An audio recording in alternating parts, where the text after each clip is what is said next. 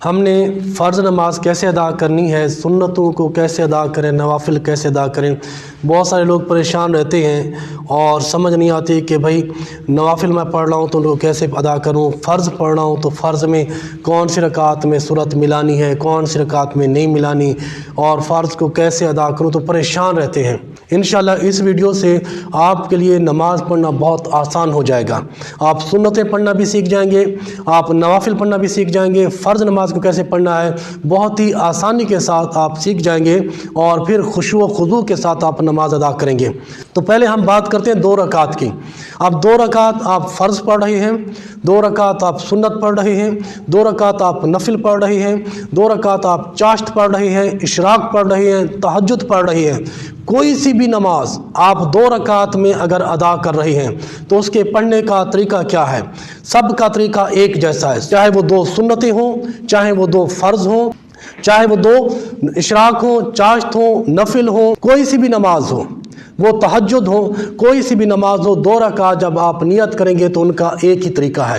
اب وہ کیا آپ نیت کریں گے؟ 2 رکعت نماز فرض، وقت نماز فجر، منہ طرف قبلہ کے بندگی اللہ تعالیٰ کی، اللہ اکبر کر، اللہ اکبر کہہ کر آپ ہاتھ باندھیں گے۔ یہ آپ نے ہاتھ کانوں کی لو تک اٹھانا ہے، یوں برابر میں اٹھا کے آپ نے یوں ہاتھ باندھ دینے ہیں۔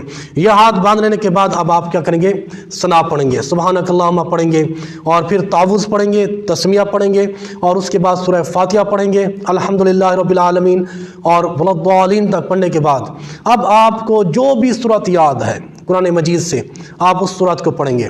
جب آپ نے سورت پڑھ لی اب رکوع میں جائیں گے۔ رکوع میں کیسے جائیں گے؟ آپ نے ہاتھ باندھے ہوئے تھے، تلاوت ہو گئی، اب رکوع میں جانا ہے، اللہ اکبر کہہ کر آپ رکوع میں جائیں گے۔ رکوع میں جاتے ہوئے سر یہ یہاں پر رہنا چاہیے، بعض لوگ سر کو نیچے کر لیتے ہیں، بعض اٹھائے ہوئے ہوتے ہیں۔ سر اور کمر جو ہے یہ برابر ہونی چاہیے، نہ زیادہ سر جھکا ہوا ہو نہ اٹھا ہوا ہو۔ 3 دفعہ، 5 دفعہ، 7 دفعہ جتنا چاہیں تسبیح پڑھیں گے، سبحان ربی العظیم، سبحان ربی العظیم۔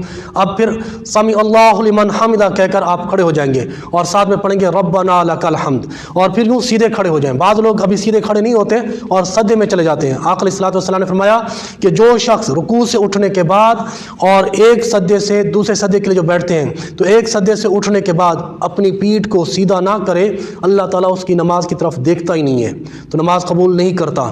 تو یہ پیٹھ جب سیدھی ہو جائے، سمیع اللہ لمن حمدہ ربنا لک الحمد، آپ سیدھے کھڑے ہو گئے، اب اللہ اکبر کہہ کر سجدے میں جائیں گے۔ اب سجدے میں گئے آپ، اب سجدے میں 3 دفعہ، 5 دفعہ، 7 دفعہ جتنا چاہیں سبحان ربی الاعلیٰ پڑھیں۔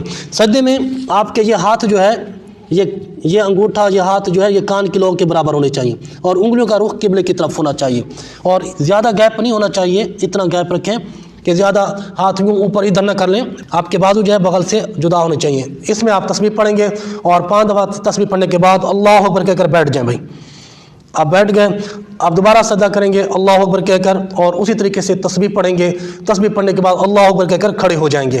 اب جب ہم کھڑے ہو گئے، 1 رکعت ہماری مکمل ہو گئی، دوبارہ اب ہم شروع کریں گے۔